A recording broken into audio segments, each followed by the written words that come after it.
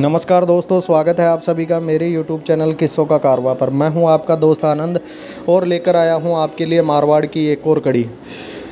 जी हां दोस्तों, पिछली कड़ी में अपन ने पढ़ा कि कैसे राव चुंडा का अधिकार किले के ऊपर हो जाता है मंडोर के पे, और इंदावाटी जिसको कहते थे वो मंडोर के चारों तरफ का एरिया इंदावाटी कहलाता था, जिसके अंदर 84 गाँव आते थे।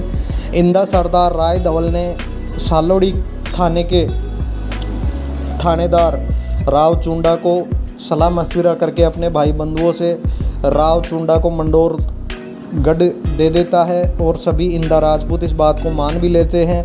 और राय धवल अपनी पुत्री का विवाह चुंडा के साथ करके मंडोर उसको दाइजे में दे देता है, जिसके बारे में राजस्थान के इतिहास में एक दोहा प्रचलित है। ये इंदारो पाड़ कमदज कदे न बीसरे, चूड़ो चवरी चाड़ दियो मंडोवर दाइजे। मंडोर प्राप्त हो जाने पर चुंडा ने वहाँ रहने वाले सिंदल, कोटेचा, मांगलिया, असायच आदि राजपूतों को निकालने की बजाय उनको अपनी ही सेवा में रख लिया। इसके बाद अपनी फौज तैयार कर उसने नागौर के शासक खानजादा पर चढ़ाई की। खानजादा भाग गया, जिससे नागौर पर भी चुंडा का अधिकार हो गया। फिर उसने ही अपने स्थायी रूप से अपना निवास स्थान नागौर को बना लिया, और उसके बाद उसे सांबर और डीडवाने पर अधिकार किया, और बहुत से छोटे मोटे गांवों को भी अपने राज्य में मिलाया। पठानों के पास से नागौर लेने के कारण वह राव की उपाधि से प्रसिद्ध हुआ। मोहिलों की बहुत सी भूमि पर अधिकार करने के कारण मोहिल आसराव माणिक रावत ने अपनी पुत्री राव चुंडा से ब्याह दी, अर्थात राव चुंडा का यह दूसरा विवाह हो गया था।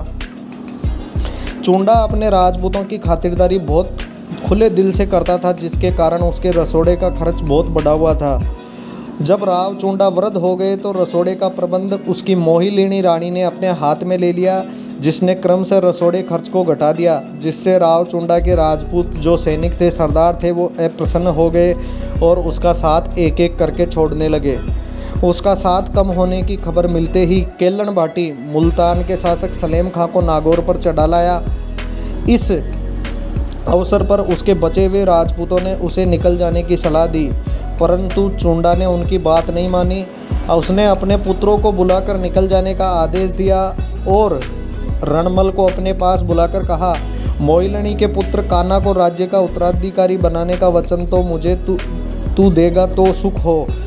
रणमल ने उसी समय अपने हाथ से कान्हा को टीका देने का वचन दे दिया और अन्य कुंवरों के साथ नागौर से निकल गया। नागौर में होने वाली लड़ाई के अंदर राव चुंडा अपने 1000 राजपूतों के साथ काम आया, और उसके बाद में बताया जाता है कि कान्हा को वहाँ का उत्तराधिकारी शासक बना दिया गया। जी हाँ दोस्तों, अगली कड़ी में अपन राव चुंडा के आने वाले वंशजों के बारे में पढ़ेंगे। तब तक आप जुड़े रहिए मेरे चैनल किस्सों का कारवां से, और चैनल को ज़्यादा से ज़्यादा लाइक शेयर सब्सक्राइब अवश्य कीजिए। धन्यवाद दोस्तों।